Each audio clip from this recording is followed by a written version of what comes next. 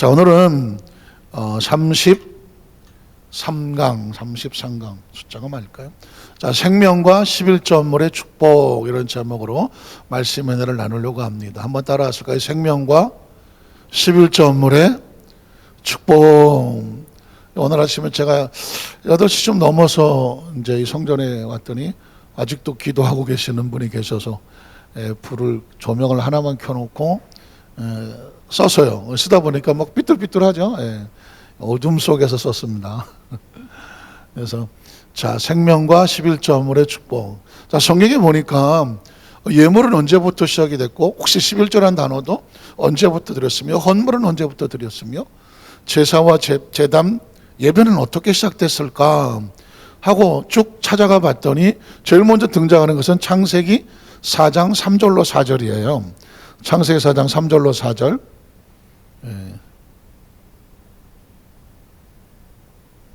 세월이 지난 후에 가인은 땅의 소산으로 제물이라는 단어가 처음 나오죠. 제물을 삼아 야훼께 드렸고, 제물을 삼아 야훼께 드렸다는 얘기는 제단을 쌓았다는 얘기죠. 자, 아벨도 자기도 양의 첫 새끼와, 왜 첫 새끼일까요? 이 유대인들, 이스라엘 백성들 머릿속에 장자와 첫 새끼는 누구의 것이다? 하나님의 것이다 라고 하는 하나님이 가르쳐준 생각이겠죠. 그래서 그들의 인식 속에 처음 태어난 것은 하나님의 것이다. 요즘도 우리 청년들 가운데 첫 직장에 가서 월급을 탔는데, 요즘도 월급이라 그러나? 월급을 탔는데 부모님과 함께 와서 우리 아들이, 우리 딸이 첫 월급을 타서 하나님께 드립니다 하고 가져와요. 와, 그건 우리 어렸을 때 하던 건데, 또 우리가 자라면서 했던 건데, 그 친구 어떻게 그렇게 할 수 있었을까? 부모님이, 그리고 그 본인도 그 이야기를 듣고 마음에 같이 동의를 하니까 그게 가능하지 않겠습니까? 근데 성경 속에 첫 태생, 그리고 첫 예물, 땅의 첫 소산물, 짐승의 첫 새끼는 누구의 것이다? 하나님의 것이다. 그래서 아벨도 자기 영의 첫 새끼와 그 기름으로 드렸더니 야훼께서 그 아벨과 그 제물은 받으셨으나, 그러죠.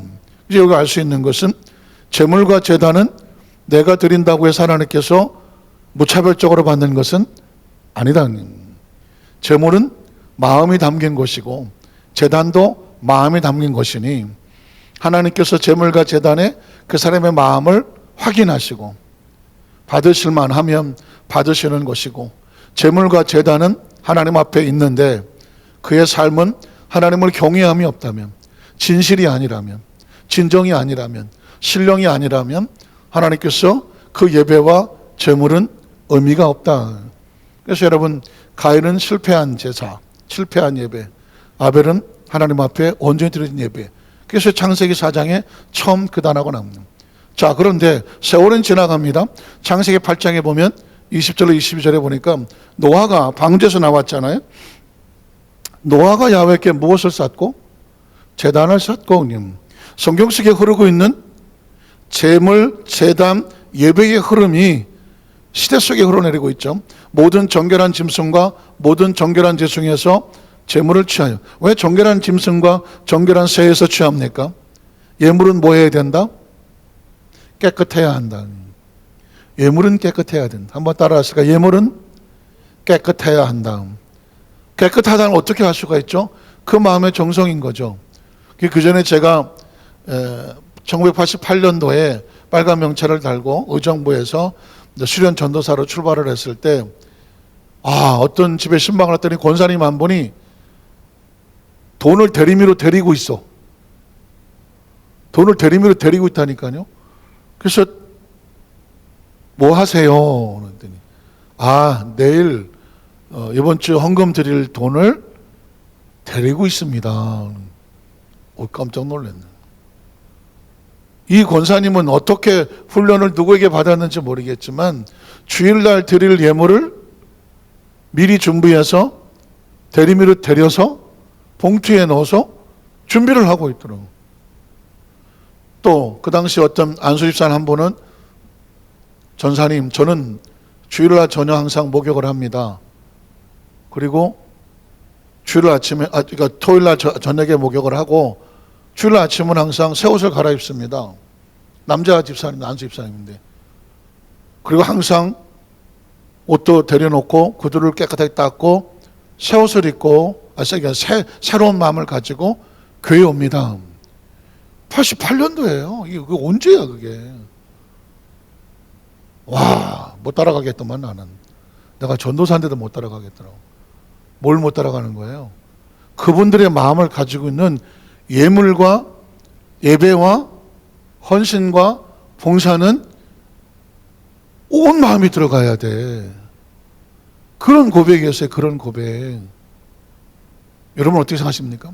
노아는 많은 짐승도 있고 많은 새가 있겠지만 그 중에 어떻게 했더라?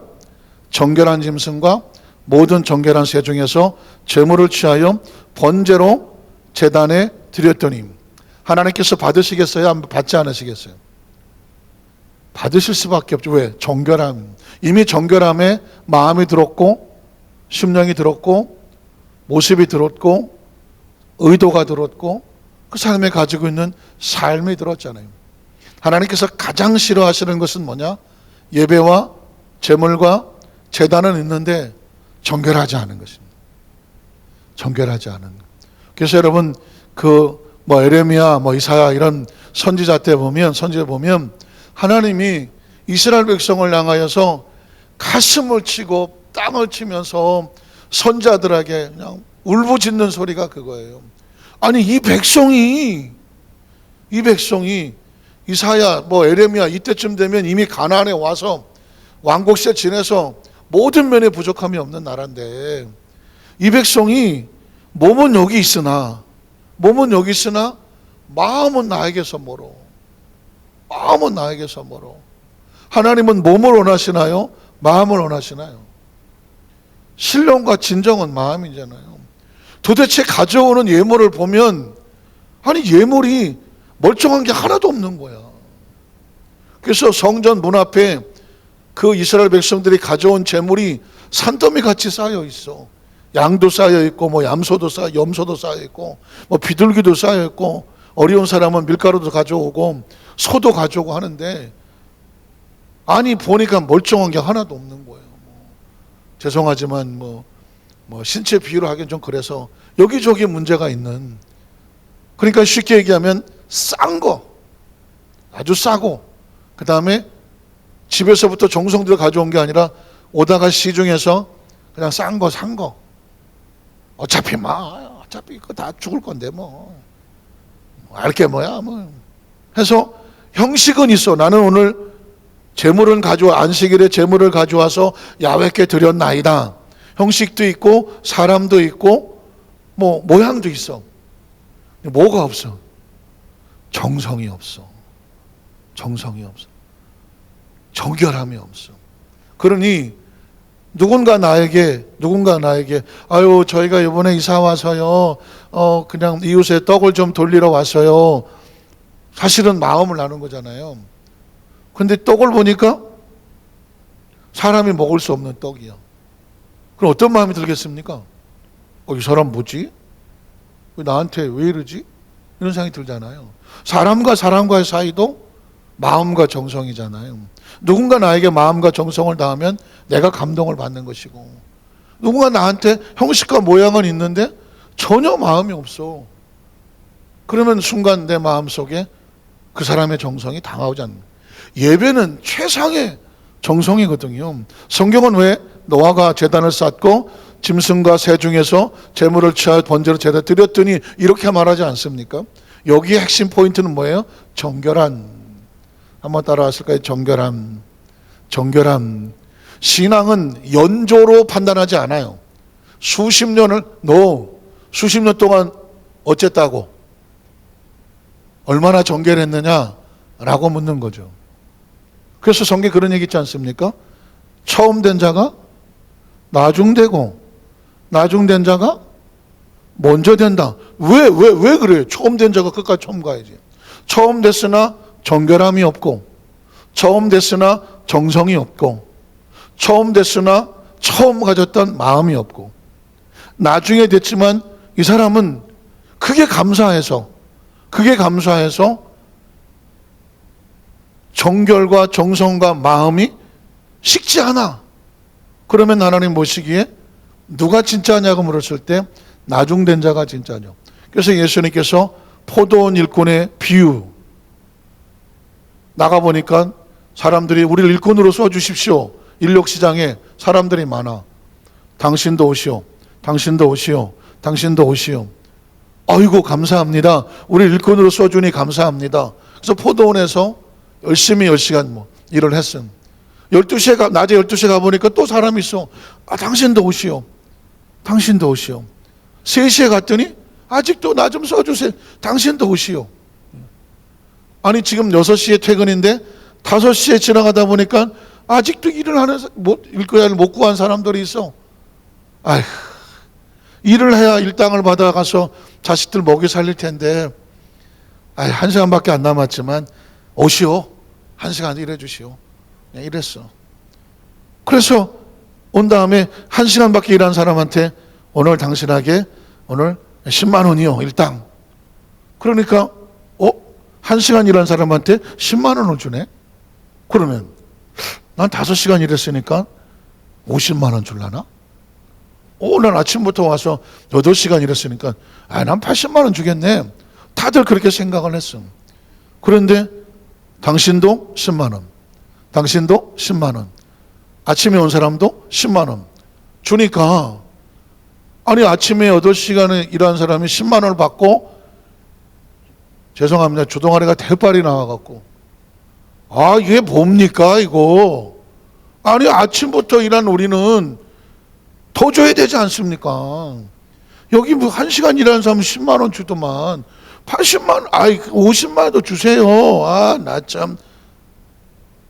그러면 이 포도원 주인이 잘못됐느냐? 잘못됐느냐? 아니다. 애시당초 올 때 일당은 10만 원이었어. 3시간 일한 사람한테 10만 원 주는 것도 주인의 마음. 1시간 일한 사람한테 10만 원 주는 것도 주인의 마음이에요. 8시간 일해도 10만 원 준 것도 정당한 거예요. 그런데 여기서 뭘 보느냐? 8시간 일하고 온 사람은 내가 이만큼 일했으니까 내 일한 대가를 주시오. 자신의 의를 드러내. 그러나 1시간밖에 일하지 않은 사람은 내가 10만 원을 받을 자격이 없어. 8시간 일해야 10만 원 받는데 1시간 일하고 무슨 10만 원을 받아. 근데 나한테 10만 원을 줘. 그러니까 이건 은혜가 아니면 안 되잖아요. 그러니까 너무 감사해서 제가 이 10만 원을 어떻게 받아요? 근데 아니요. 가져가서 이것으로 시장에 가서 물건 사서 처자식들을 같이 먹어야 돼.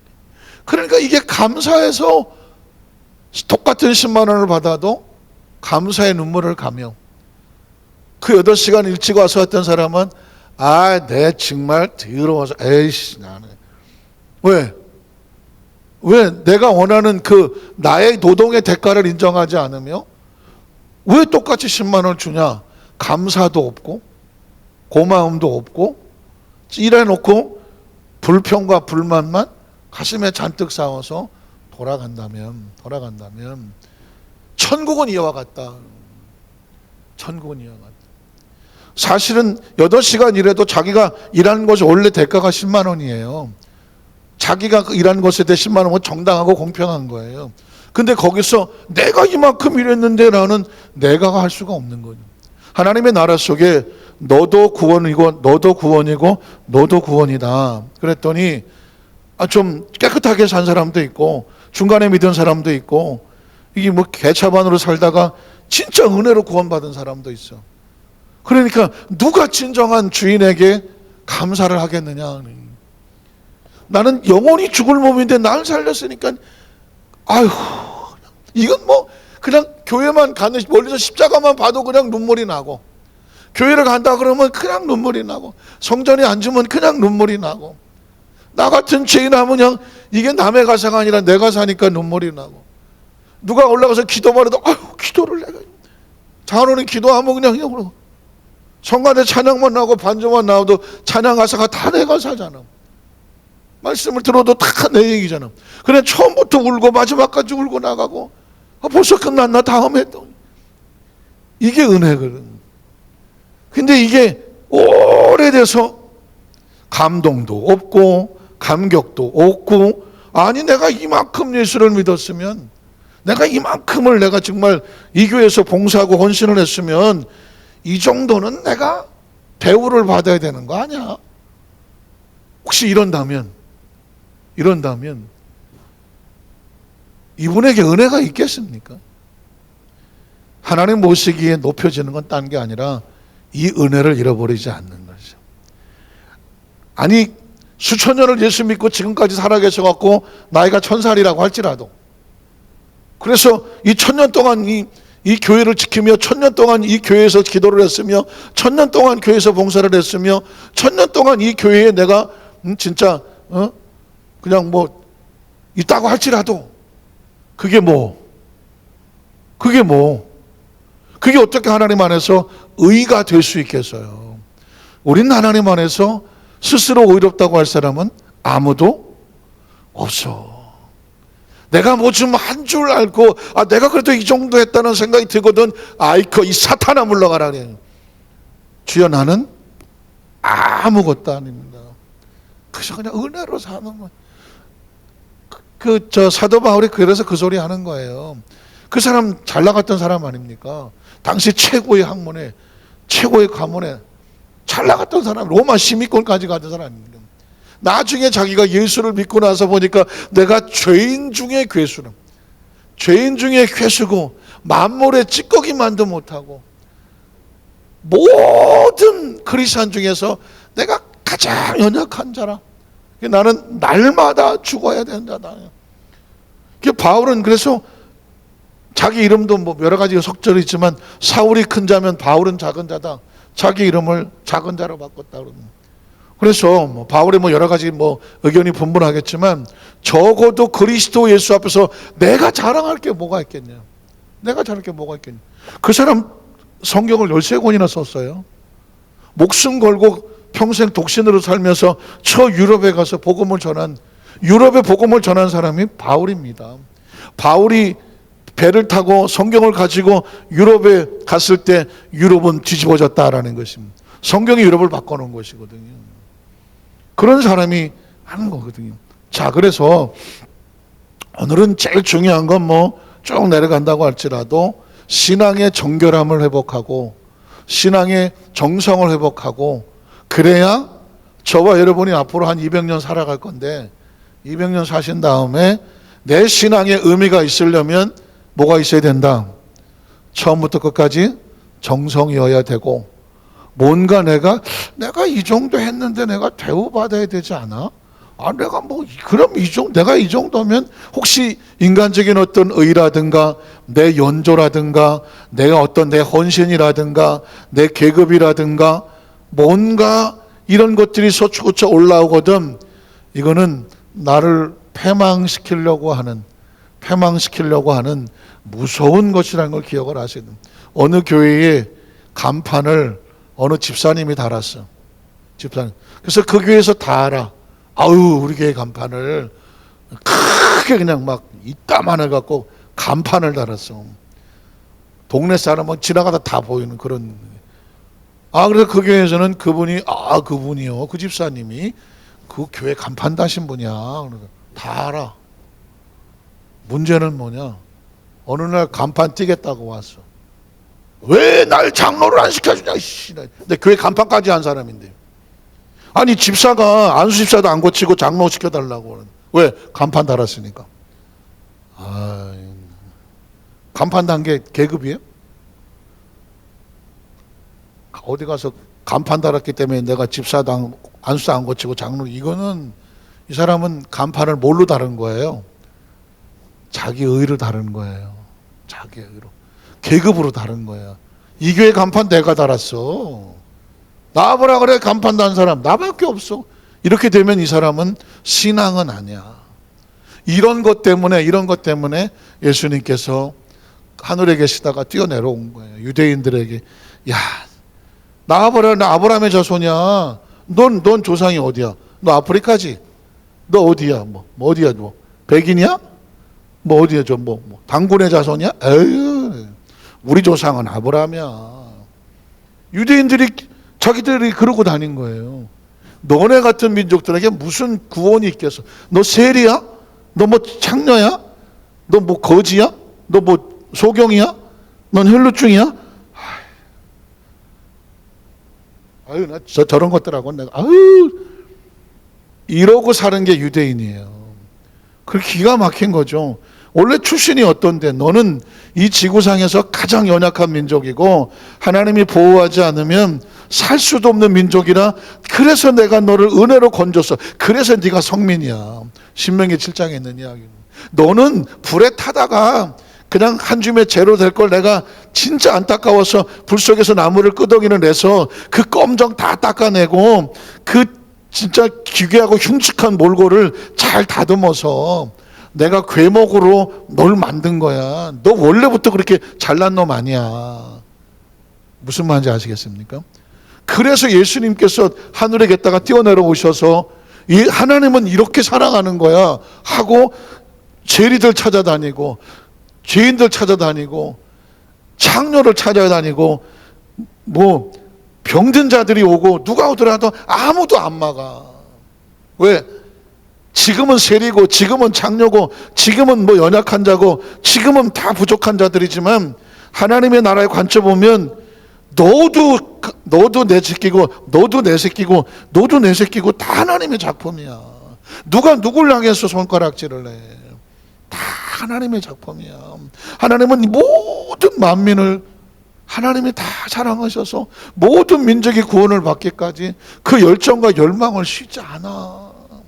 그래서 교회 안에서는 기독교 안에서는 절대로 어느 누구도 어떤 기준을 가지고 차별할 수 없으며 돌 던질 수 없으며 높고 낮을 수 없으며 귀하고 천할 수 없으며 믿으십니까? 누구나 다 하나님 안에서는 존귀해야 되며 존중해야 되며 귀하고 아름다운 거고 조금 똑똑하고 조금 더 잘난 사람이 섬겨주는 거고 어차피 다 놓고 갈 거야.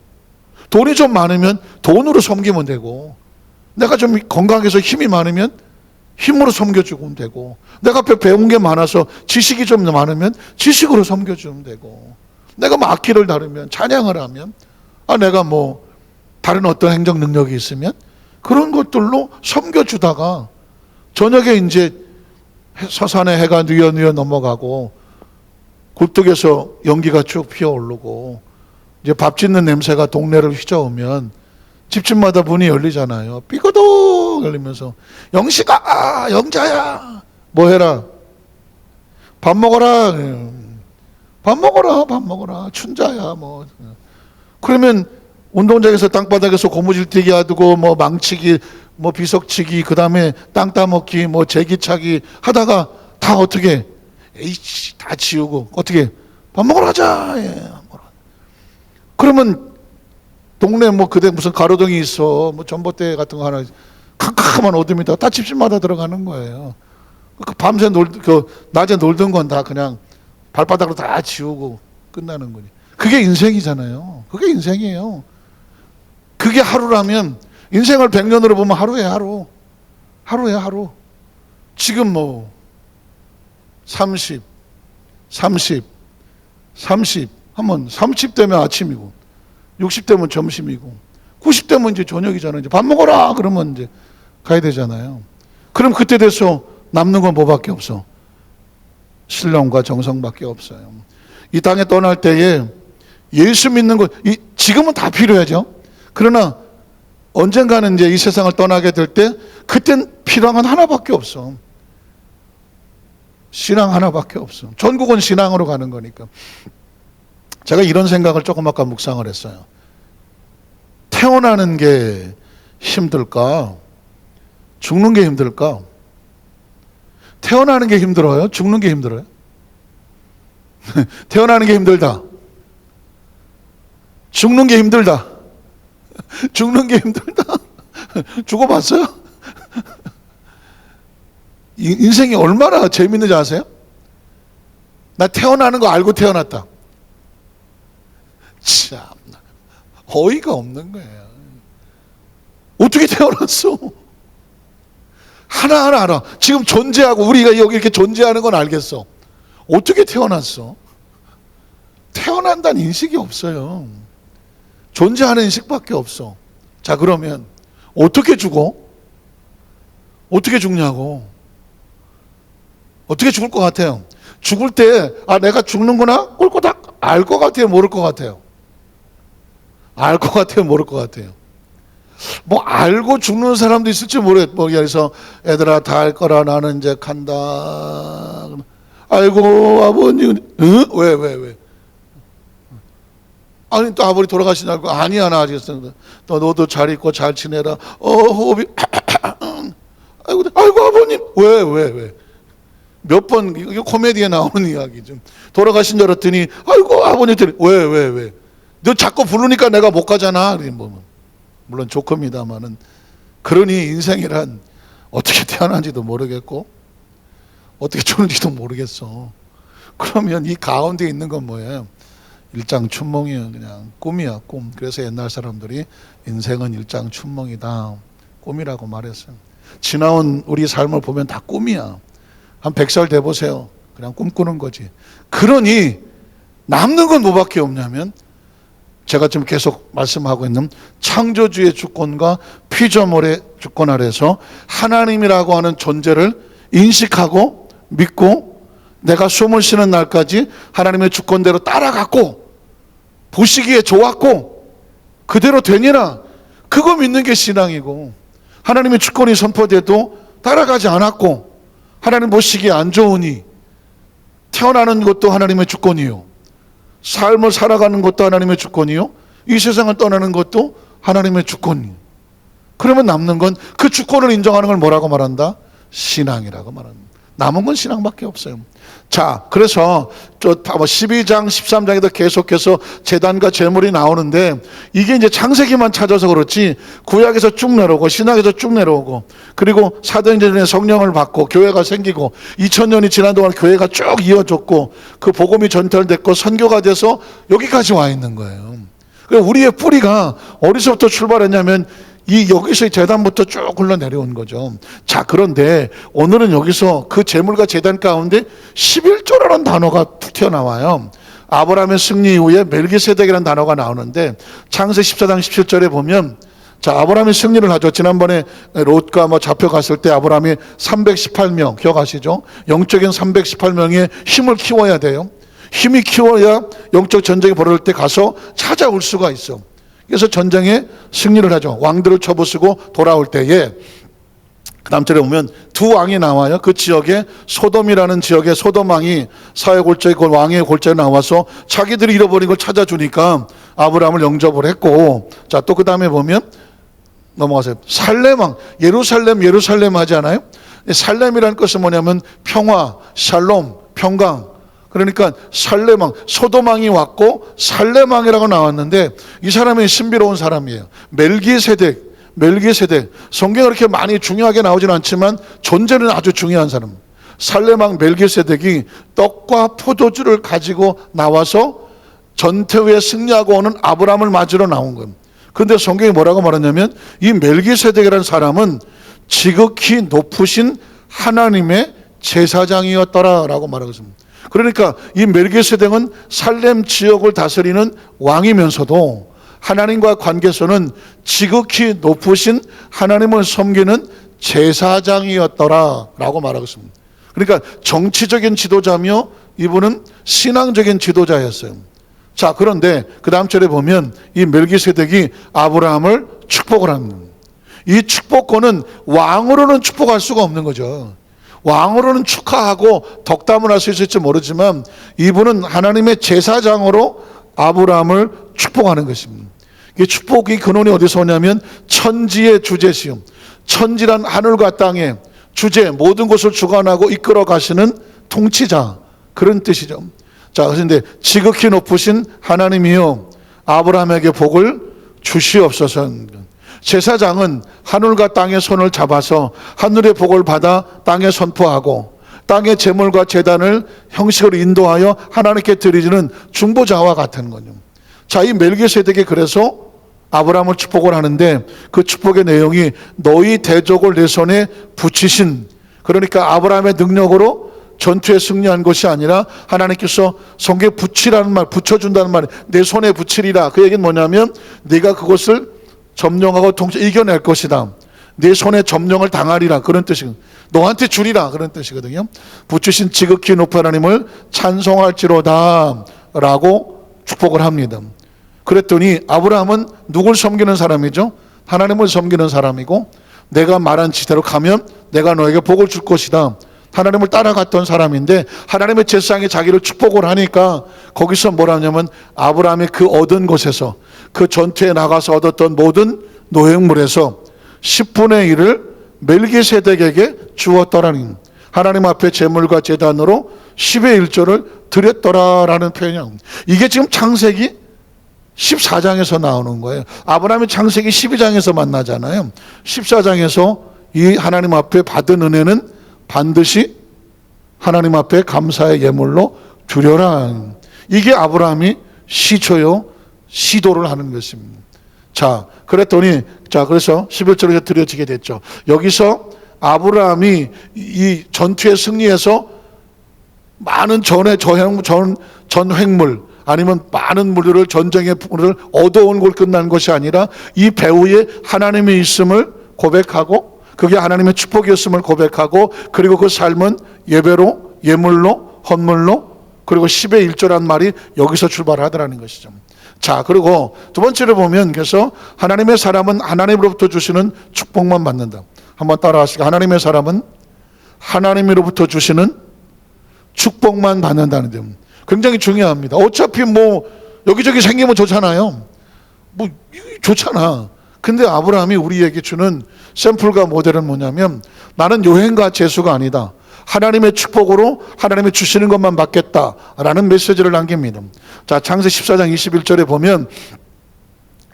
보면 소돔 왕이, 살렘 왕이 아브라함에게 그렇게 하는 것을 보고 그 옆에 소돔 왕이 이제 한마디 거드는데, 아브라함에게 이르되, 사람들은 어차피 소돔 사람들이니까 사람은 우리에게 보내고 거기서 얻은 전리 물품은 당신이 가져가시오 라고 말을 합니다.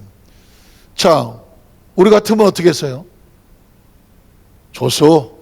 줬어지 뭐.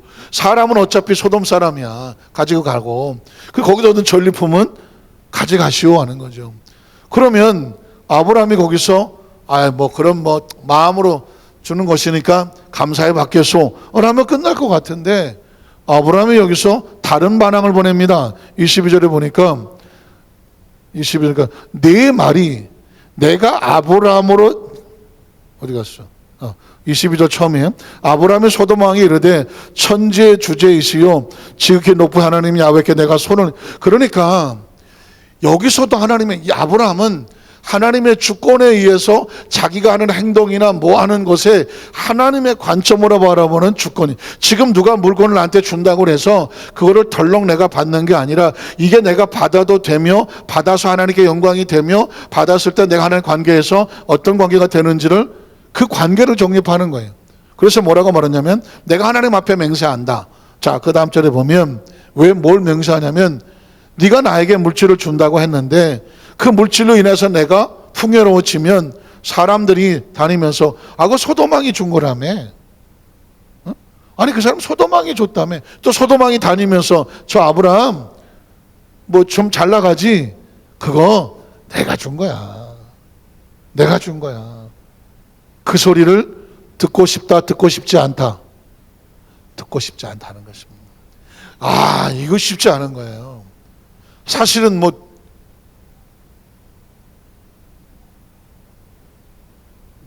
하늘에서 음성이 들려오나 그랬더니 아니, 누군가, 어쨌든 많으면 좋잖아, 많으면. 근데 아브라함은 안 그래요. 나는 하나님이 주시는 축복을 받아 내가 부요하다면 하나님이 나로 부요케 하셨다는 인정을 하고, 내가 지혜롭다면 이 지혜는 하나님이 주신 지혜로 말미암아, 내가 만약에 어떤 권세가 있어서 내가 뭔가를 다스리는 자리에 올라간다면 그거는 내가 돈으로 산 것이 아니라 하나님이 높으셔서 하나님 일을 하라고 세우셨다고 해서 어쨌든 나를 통해서 누가 영광을 받으셔야 돼요? 하나님 받으셔야 돼. 당신 나에게 이 전리품을 주어서 소돔왕이 나로 부욕해 했다는 소리를 듣고 싶지 않다. 그래서 그 다음 절에 보면 뭐라고 말하냐면 너에게 속했던 것은 내가 실 한 오락이나 들매끈 한 가닥도 내가 가지지 않 너의 것은 당신이 다 가져가시라. 가지지 아니하리라. 그 다음 절에 보면 그래서 오직 젊은이들이 먹은 것과 나와 동행한 아넬과 솔과 마물의 분기 전쟁에 나가서 같이 했었던 사람들에게 필요한 것들 그 필요한 것들만 제할 것이다. 분깃을 제할 짓이니 그들이 그 분깃을 나에게 정당하게 온 것만 내가 정당하게 받지 그 나머지 것들로 인하여 당신 나를 치부하게 했다. 잘 살게 했다. 풍요롭게 했다 소리를 듣고 싶지 않다. 나는 누구의 사람이다? 하나님의 사람이다. 말씀을 정리하기를 원합니다. 사실은 성경 이런 스토리가 나오면 이걸 어떤 관점으로 바라보느냐에 따라서 성경의 해석이 달라질 수가 있어요. 그런데 지금 우리는 철저하게 생명이라는 관점에서 보고 있는 거거든요. 생명으로 창세기를 관통하고 있는 거죠. 관통하고 있어. 그러니까 이 11조 예물도 이 사람들이 예물을 왜 드릴까요? 여기 제물 제단, 제물과 제단과 예물은 생명 때문에 드리는 창조주 하나님에게 피조된 생명으로서 하나님 앞에 드린 것이 생명의 제단. 여러분 예배는 생명입니다. 예배가 생명이고요. 예물도 생명이에요. 하나님께 하는 모든 것들은 생명이 주관입니다. 자, 여기서 멜기세덱이 와서 아브라함에게 축복은 뭘 축복한 거예요? 생명을 축복한 것입니다. 네가 앞으로 잘 되고 축복입니다. 그러면 그 축복에 감사하는 예물의 11조는 뭘까요? 생명에 감사해 드리는 생명 예물입니다. 그걸 돈으로 보면 안 되고 물질로 보면 안 되고 생명, 복도 생명이 복을 받아야 복이 필요한 거지 내가 없는데 뭐가 필요해? 내 생명이 복이 없는데 나머지 것이 나와 무슨 상관이 있냐고요. 그리고 내가 예물을 드린다면 예물의 목적은 생명이다. 자, 여기도 마찬가지죠. 나에게 들어온 물질, 여기서 뭐 물질도 주겠다. 다 물질은 나에게 뭐 때문에 필요한 거예요? 내 생명을 해서 필요한 거거든요. 그 물질이 나의 생명과 관련이 없다. 그 물질 때문에 내 생명이 위험하다? 그거 받아요, 안 받아요? 안 받죠. 물질도 내 생명에 필요한 것만 나한테 필요한 거지. 그 물질이라도 낼컴 물었다가 그 물질 때문에 내 생명이 날아간다면 그게 누가 날아갑니까? 그 전에 그런 예화 하나가 있는데 어느 재단에 재물이 있는데 타다 막 이렇게 이제 막 재물을 올려놓는데 독수리 한 마리가 고기 보니까 저 고기를 낼름 집어다가 우리 새끼들 먹으면 좋겠다. 그래서 이렇게 날다가 재물 하나를 탁 물었어. 그리고 이제 잽싸게 날랐어. 그리고 저 언덕 꼭대기에 있는 자기 새끼들 우리로 날아갔어. 그리고 거기 가서 그 재물을 내려놓고 야 같이 먹자 했는데 보니까 그 재단에 왔었던 재물이나 그 재물에 불씨가 붙어서 따라왔어. 불씨가. 그러니까 재물을 훔쳐다가 갔다가 먹으려고 봤더니 그게 날 살린 게 아니라 그 불씨가 자기 둥지를 다 태웠어. 그래갖고는 통닭이 한 마리가 아니라 갑자기 7마리가 됐네. 독수리 새끼들이 다 통닭이 됐어. 뭐 날아가지도 못하고 불에 튀니까. 그래서 그 보기 좋은 재물이고 뭐 독수리가 볼 때는 뭐 통닭인지 모르지만 하나님께 드려진 재물을 그거를 집어다가 가져가서 보니 불씨가 따가워서 날 살리는 통닭이 아니라 내 새끼를 통닭으로 만들었다. 그런 스토리가 있어요. 그래서 오늘 이 성경적으로 이 말씀을 통해서 주제는 생명, 결론은 뭐냐? 받은 은혜에 감사할 줄 아는 신앙. 뭐 때문에? 내 생명 때문에요. 지금 저와 여러분이 다 예배고 헌신이고 봉사고 다 생명 때문에 그런 거예요. 그냥 세상 말로 다 먹고 살자고 하는 일이야. 다 먹고 살자고. 먹고 산다는 게 뭐예요? 왜 먹어요? 살라고 먹잖아. 사는 게 뭐예요? 왜 살아? 뭐가 있어 살아요? 목구멍이 포도청이야. 왜? 생명을 살리려고 사는 거예요. 이 생명을 살리려고. 그러니까 내 인생에 가장 중요한 건 생명이야. 그 생명을 얼마나 가치 있고 목적 있고 의미 있고 그리고 육신의 생명뿐만 아니라 영혼의 생명을 알고 난 이상 그 생명을 지키고 보호하며 그것에 대해서 이 모든 것들은 하나님 말씀 안에서, 이 말씀 안에서 생명이 안전하기 때문에 오늘 시간에 말씀도 듣고 말씀도 배우 가슴에 새겨서 이 말씀을 잘 부여잡고 원칙대로 살아가는 사람이 생명이 안정되고 복되고 번성하고 창대할 것이며, 이 생명의 말씀을 모르면 가장 위험한 건 생명이죠. 생명이 위험하면 나머지는 다 같이 위험해지는, 오늘 우리 여도수 만살교회 성도들이 하나님께 드린 11조 언물의 축복과 생명 관계 속에 그 마음의 정성을 가슴에 잘 품으셔서 하나님이 축복하실 만한, 또 축복하시는 아름다고 복된 생명들 되시기를 주님의 이름으로 축원합니다. 생명이라는 단어가 나오면 꼭 따라 나오는 단어가 은혜인데요. 은혜. 우리 하나님의 은혜 함께 찬양하고 기도하도록 하겠습니다.